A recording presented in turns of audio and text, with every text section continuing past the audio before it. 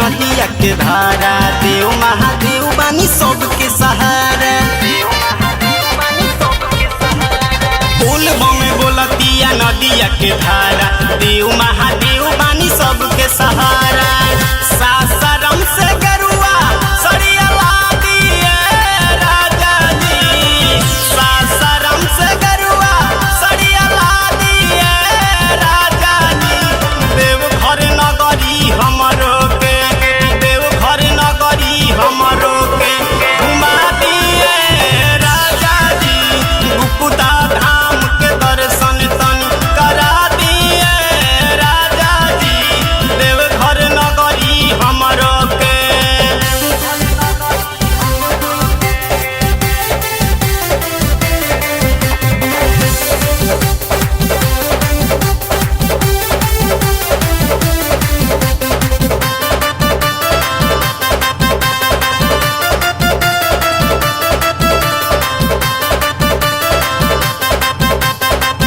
जल ढार जात बारी सत्यम के मानी, भोला के दया से नइखे हमरो कुछ के कमी।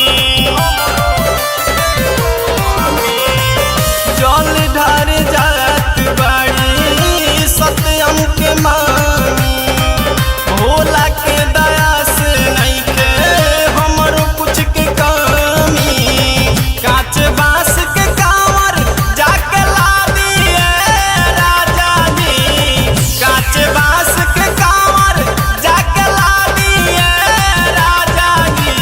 देवघर नगरी हमरो के, देवघर नगरी हमरो के घुमा दिए राजा जी। गुप्ता धाम के दर्शन तन करा दिए राजा जी। देवघर नगरी हमरो के।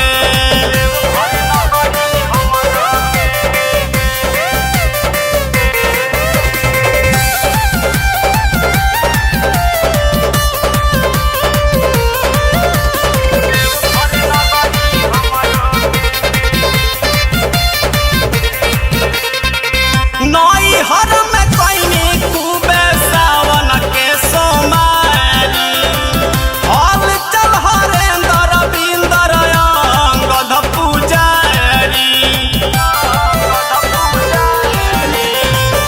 नई हर में कईनी खूबे सावन के सोमारी,